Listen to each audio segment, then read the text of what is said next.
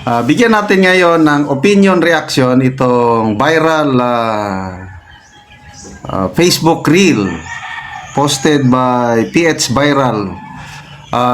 Si Miss Eden Santos, wala siya sa press briefing. Kailan parang nasa program siya ng Net25, yung sarili nilang istasyon. Pinag-uusapan nila si Jose Claire Castro. Yung binulgar ni Eden Santos yung style ni Jose Claire Castro na ang negatibong pangyayari nagagawa niyang positibo. Diyan siya magaling eh. Pinapalabas niya, maganda, good for this administration, although negative yung pinag-uusapan. Ang galing talaga nitong si Eden Santos. Pakinggan natin ha. Ang pansin ito ng ating national government, ng ating Pangulo. Ano po, baka naman itong ulat na ito pagka kay Presidential Communications sa Office Under Secretary Claire Castro natin itanong, baka maiba no? Maiba yung ang resulta. Tama naman yun. Biglang nagiging ang negatibo ay nagiging positibo sa kanya. Ang itim, nagiging paputi na po. No? Patungo na sa pagputi. O, diba? Tanong natin ito sa kanya next briefing kung ano yung gagawin ng ating gobyerno. Pero pag tinanong mo, hindi po ba nadidismaya si Pangulong Marcos dun po sa report ng PSA na almost 19 million senior at junior high school graduates po ang hindi pala nakakaintindi mo po ano yung kanilang binasa. O, di ba? Makita natin ano kanilang sasagot doon. Sana mapagtuunan ng pansin ito ng ating national government, ng ating Pangulo. Ano po, baka naman itong ulat na ito pagka kay Presidential Communications sa Office Under Secretary Claire Castro natin itanong, baka maiba no? Maiba yung resulta. Tama naman yun. Biglang nagiging ang negatibo ay nagiging positibo sa kanya. Ang itim, nagiging paputi na po. No? Patungo na sa pagputi. O, diba? Tanong natin ito sa kanya next briefing kung ano yung gagawin ng ating gobyerno. Pero pag tinanong mo, hindi po ba nadidismaya si Pangulong Marcos dun po sa report ng PSA na almost 19 million senior at junior high school graduates po ang hindi pala nakakaintindi mo po ano yung kanilang binasa. O, di ba? Makita natin ano kanilang sasagot doon. Sana, Ang negative ginagawang positive, ang itim ginagawang puti. Malala ko nung before yung May 12 election, di ba may political ad si Senator Amy at BP Sara? Itim. Itim ang kulay ng administrasyong ito. Itim. Sabi niya, ang itim. Previous administrasyon, yun ang itim. Yun daw, Duterte administration, yun yung malala. Kung sa Pangulo pa, horrifying times. Kaya tinanong ng Pangulo ang mga botante sa isang campaign rally, mamili kayo.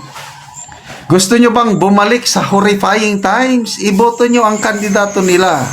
Kailan kung gusto nyo ng mas maliwanag na kinabukasan, iboto nyo ang alyansa. Yung post niya na yan sa official Facebook page ng Pangulo, yan yung nakatanggap ng almost 1 million na laugh emoji. Yung ganyang to a point na tinanggal na nila yung bilang. Hindi mo na makikita ang bilang ng laugh emoji sa official Facebook page ng Pangulo dahil napapahiya siya sa dami ng laugh emoji sa kanyang mga post. So, ayun. Ang administrasyong ito, sabi niya, itim, papunta na sa puti. Konting kula na lang, puputi na ang administrasyong ito. Yun ang sinasabi ni Eden Santos, yung ang itim ginagawang pula. Ganyan, magaling talaga. In fairness, si Jose Claire Castro, pag tinatanong siya ng mga alanganing question, ang galing niya talagang mag-twist ng kanyang sagot at ang sisi, papunta lahat sa Duterte administration. So, anyway, magbasa tayo sa mga comments, Correct, sabi ni Roberto Mamawag. Kilala ko ito, Roberto Mamawag, classmate ko. Jane Cruz, the best reporter in the Philippines. Ray Banay, tama ma'am, ang tanong mo kasi si Claire hindi maintindihan. Arman Barkin, isisi na naman si Sara, dating DepEd Secretary. Siyempre, Kaya lang, malala talaga ang problema ng edukasyon sa Pilipinas.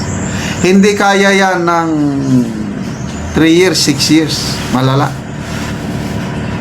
Yung reading comprehension, nakasubok din ako dyan nung nasa serbisyo pa ako. May mga sundalo, college graduate, ma-assign sa aking opisina. Ipa-drop ko siya ng letter, whatever. Nako, ang hina, grammar, whatsoever. Kaya pati yung reading comprehension na yan, kakaunti ang nakakaintindi. Ngayon, mayroon akong apo, grade 7. Mag-devotional sa umaga, mayroon kaming daily bread. Ipabasa ko sa kanya yung verses sa Bible o doon yung paliwanag, article sa daily bread. Isang basa lang niya, tatanungin ko. Ang lakas ng kanyang pagkakaintindi. Kaya natutuwa ko. Kaya lang yung apo ko kasi nagdaan ng homeschool. Hindi dumaan sa public education system. So malaking problema ang ating edukasyon. Hindi makaya. Dapat sa edukasyon natin, yung mga gagawing DepEd Secretary sana, hindi politiko. Yung talagang educator.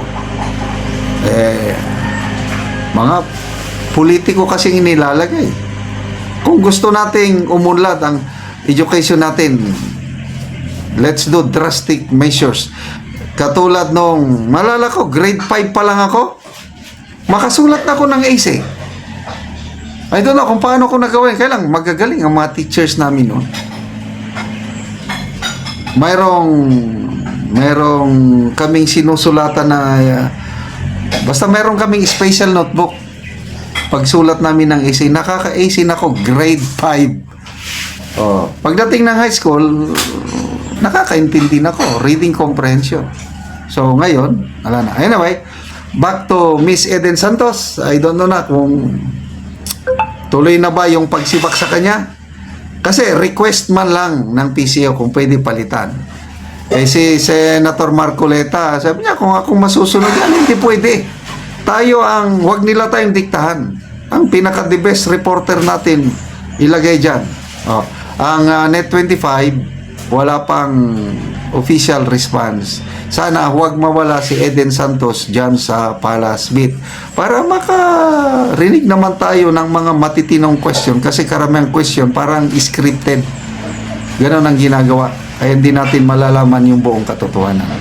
Mabuhay po kayo, Miss Eden Santos.